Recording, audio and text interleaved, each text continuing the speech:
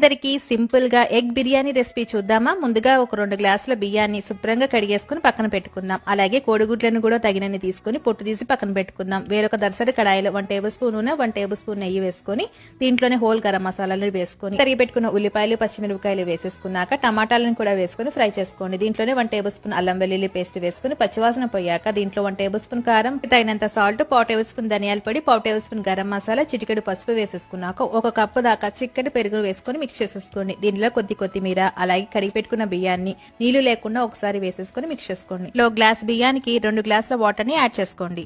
ఎంత fried onions వేసేసుకోండి. వేరొక బాండీలో 1 టేబుల్ స్పూన్ నూనె అలాగే కోడిగుడ్లను కొద్దిగా ఉప్పు, కారం, కొద్దిగా పసుపు పట్టించేసి తర్వాత ఉడుకుతున్న అన్నంలోకి వేసేసుకున్నాక గుప్పెడంత ఫ్రైడ్ ఆనియన్స్, కొద్దిగా కొత్తిమీర వేసేసుకొని మూత పెట్టి ఒక 10 నిమిషాల పాటు లో ఫ్లేమ్ లో కుక్ చేసుకుందాం. అంతేనండి, ఓపెన్ చేసి చూస్తే ఎంతో టేస్టీగా ఉండే ఎగ్ బిర్యానీ అనేది రెడీ అయిపోతుంది.